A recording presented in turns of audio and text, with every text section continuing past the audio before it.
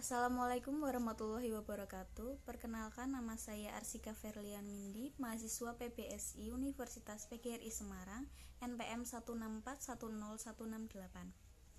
Di sini saya akan mempresentasikan hasil artikel saya yang berjudul Gaya Bahasa pada Kumpulan Puisi Selamat Menunaikan Ibadah Puisi karya Djoko Pinurbo sebagai alternatif bahan ajar di SMA.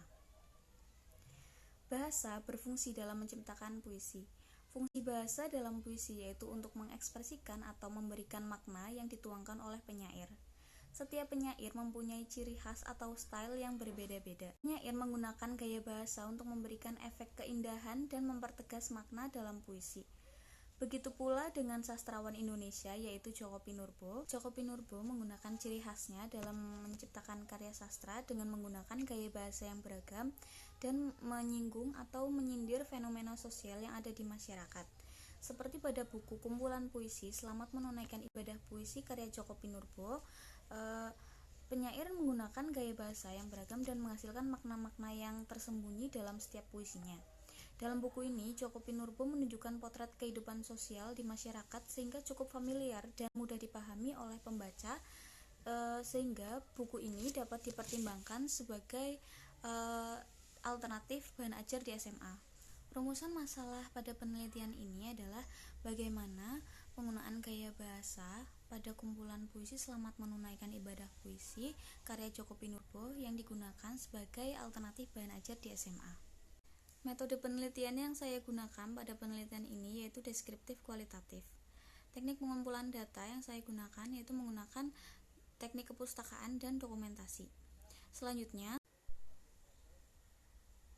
teknik analisis data pada penelitian ini yaitu dengan cara membaca dan mengidentifikasi gaya bahasa, mengklasifikasi gaya bahasa, menganalisis penggunaan gaya bahasa retoris dan kiasan, menyimpulkan hasil analisis penggunaan gaya bahasa retoris dan kiasan, mendeskripsikan penggunaan gaya bahasa yang terdapat pada kumpulan puisi Selamat Menunaikan Ibadah Puisi karya Djoko Pinurbo sebagai alternatif bahan ajar di SMA. Selanjutnya, hasil dan pembahasan.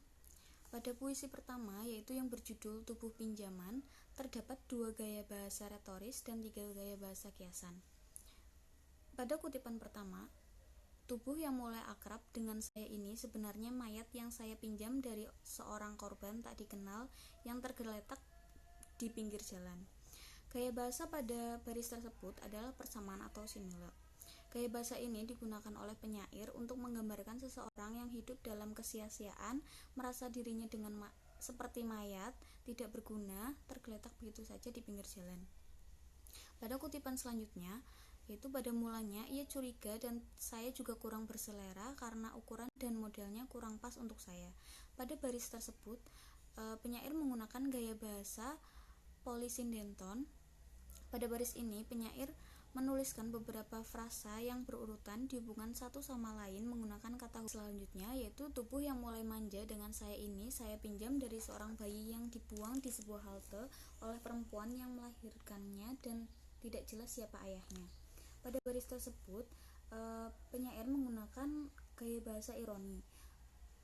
Gaya bahasa ini menjelaskan pada hal ini merupakan seseorang yang disia-siakan atau tidak diharapkan lagi oleh orang tuanya. Selanjutnya, pada baris Pergilah dengan Damai, pada baris ini terdapat gaya bahasa eufemismus. Gaya bahasa ini digunakan penyair dengan menggunakan kata-kata yang halus sehingga tidak mensugestikan sesuatu yang tidak menyenangkan. Dengan demikian, penyair ingin menyampaikan kematian dengan cara yang halus. Selanjutnya, pada baris Kalau kau tak tentram lagi tinggal di aku, pergilah dengan santai saat aku sedang sangat mencintaimu.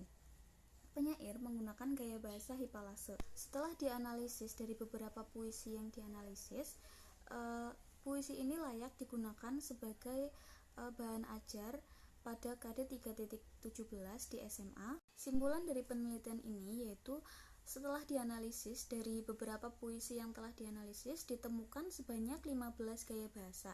Gaya bahasa retoris sebanyak 4 dan gaya bahasa kiasan sebanyak 11. Gaya bahasa yang sering muncul dalam kumpulan puisi Selamat Menunaikan Ibadah Puisi karya Djoko Pinurbo yaitu ada gaya bahasa personifikasi dan metafora. Hasil penelitian gaya bahasa dalam kumpulan puisi Selamat Menunaikan Ibadah Puisi karya Djoko Pinurbo layak atau akan digunakan sebagai bahan ajar di SMA pada KD 3.17, yaitu menganalisis unsur pembangun puisi.